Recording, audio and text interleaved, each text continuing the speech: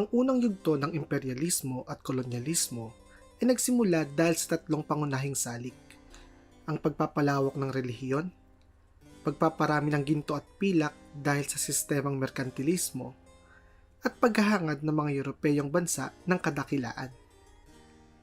Gayunpaman, sa pagpasok ng ika-19 na siglo, isang panibagong sigwa ng imperyalismo ang magaganap.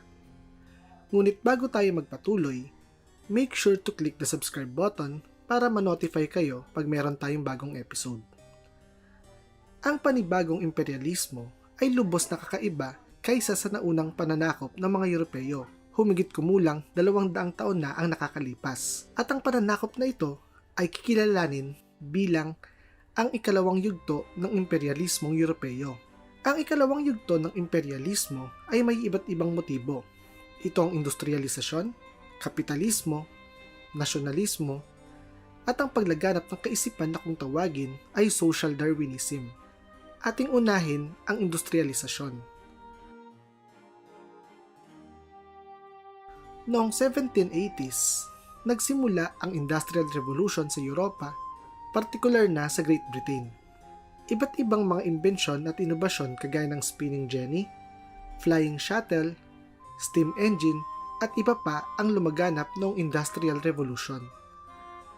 Ang mga imbensyon na ito ay nagresulta sa lubos na pagbilis ng produksyon ng iba't ibang mga produkto sa England. Sa loob lamang ng maikling panahon, lumaganap ang Industrial Revolution sa malaking bahagi ng Europe. Dahil sa biglaang pagbilis ng produksyon, dumating sa punto na kinakapos na ang mga pabrika ng raw materials para sa paggawa ng iba't ibang manufactured goods, kung kaya't lalo pang kinailangan ng mga Europeyong bansa na maghanap ng mas maraming lupain na maaari nilang mapagkunan ng mas maraming likas na yaman kumpara sa dati. Dati-rati, kontento na ang mga Europeyong bansa na magtatag ng mga himpilan sa mga bansang kanilang sinakop, o di kaya'y kumontrol lamang ng ilang mahalagang lungsod lalo na sa mga tabing dagat. Ngunit sa pagpasok ng ikalawang yugto ng imperyalismo, kinakailangan na nilang sakupin ang buong bansa upang makuha ang mga likas na yaman nito para matustusan ang kanilang lumalaking pangangailangan sa raw materials. Ang ikalawang sanhi ng ikalawang yugto ng imperyalismo ay ang kapitalismo. Dahil sa labis na pagtaas ng produksyon ng mga pabrika sa Europe, lubos na dumami ang mga produktong maaaring bilhin ng mga mamamayan. Gayunpaman, dumating din ang punto na mas marami na silang nagagawang produkto kaysa sa bilang ng mga produktong nais bilhin ng kanilang mga mamamayan. Ang mga sobrang produkto na hindi nabili ay tinatawag na surplus. Para sa mga kapitalistang Europeo, malaking kawalan ng salapi kung hindi nila maibibenta ang mga surplus. Kaya upang mabawi ang kanilang pinuhunan, kinakailangan nilang maibenta ang mga sobrang produkto na ito. Ngunit, hindi na nila ito maibenta sa mga kapwa nila Europeo. Kaya naman, naisipan ng mga Europeo at kinalaunan ng mga Amerikano na buksan ang mga pamilihan ng mga bansang Asyano at Afrikano sa kalakalan para sa kanila ibenta ang mga surplus. Ginawa nila ito sa pamamagitan ng pakikipagkasundo, kagaya ng ginawa ng Russia at Germany sa China makalipas ang Opium War, o sa pamamagitan ng pananakot, kagaya ng ginawa ng USA sa Japan. Bukod sa ekonomikong kadahilanan, ang mga Europeo noong ikalawang yugto ng imperyalismo ay nanakop din dahil sa bugso ng diwang makabayan o nasyonalismo. Ito ang ikatlong salik. Isang talamak na paniniwala noong 19th century na ang mga kolonya ay simbolo ng kadakilaan. Para sa mga Europeo, ang mga dakilang bansa ay nakatadhanang manakop ng mga bagong lupain, at ang mga bansang hindi mananakop ay magiging mahina sa hinaharap. Dahil dito, ninais ng mga Europeo na manakop upang kanilang maipagmalaki ang kanilang bansa at madaig ang kanilang mga karibal. Ang ika-4 na salik ng ikalawang yugto ng imperyalismo ay nauugnay sa labis na nasyonalismo. Ito ang paglaganap ng kaisipan na kung tawagin ay social Darwinism. Ang social Darwinism ay isang uri ng racism kung saan ang mga Europeo ay naniniwala na sila ang mas nakaaangat na lahi, samantala ang mga Afrikano, Asyano, at katutubo ng Amerika ay mas mababa sa kanila. Ang social Darwinism ay nagresulta sa dalawang paniniwala. Para sa unang paniniwala, ang mga mas mababang uri ng tao ay kinakailangang yurakan o tapakan ng mga mas mataas na uri ng tao upang maging tulay patungo sa mas magandang kinabukasan.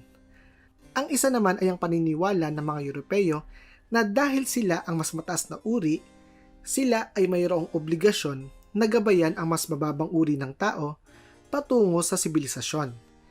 Ito ang tinatawag na white man's burden. Para sa mga Europeyong naniniwala sa white man's burden, ang kanilang pananakop ay makabubuti sa mga taong sinakop dahil mabibigyan nila ang mga ito ng biyaya ng sibilisasyon. May iba't ibang anyo ang imperialismong itinatag na mga kanluranin. Ilan sa mga ito ay ang pagbuo ng kolonya, protektorado o protectorate, concession, at ang sphere of influence. Ang pagbuo ng kolonya ay isang patakaran kung saan ang isang bansa ay namamahala ng mga sinakop na lupain upang magamit ang kanilang likas na yaman. Maaaring ang pamamahala sa kolonya ay tuwiran o hindi tuwiran.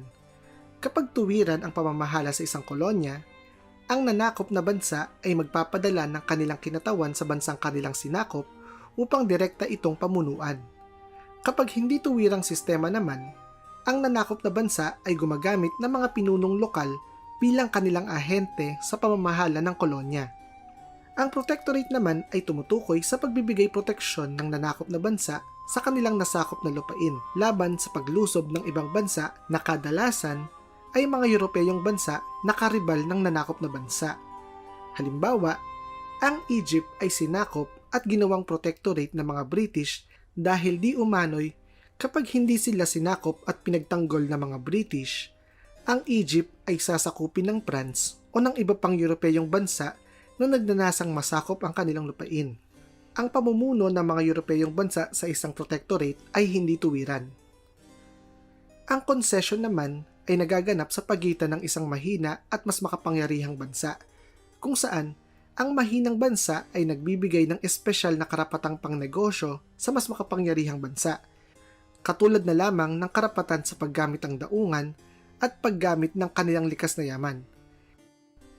Sa kabilang banda, ang sphere of influence ay tumutukoy sa isang bansa na hindi ganap na nasakop ng mga dayuhan, ngunit mayroong kontrol at eksklusibong karapatan sa ilang bahagi ng kanilang lupain ang mga dayuhan. Isang halimbawa nito ay noong 1895. Bagamat hindi nasakop ng mga German ang China, nagawa pa ding makontrol ng Germany ang Shandong province kung saan ang kanilang batas ang umiiral.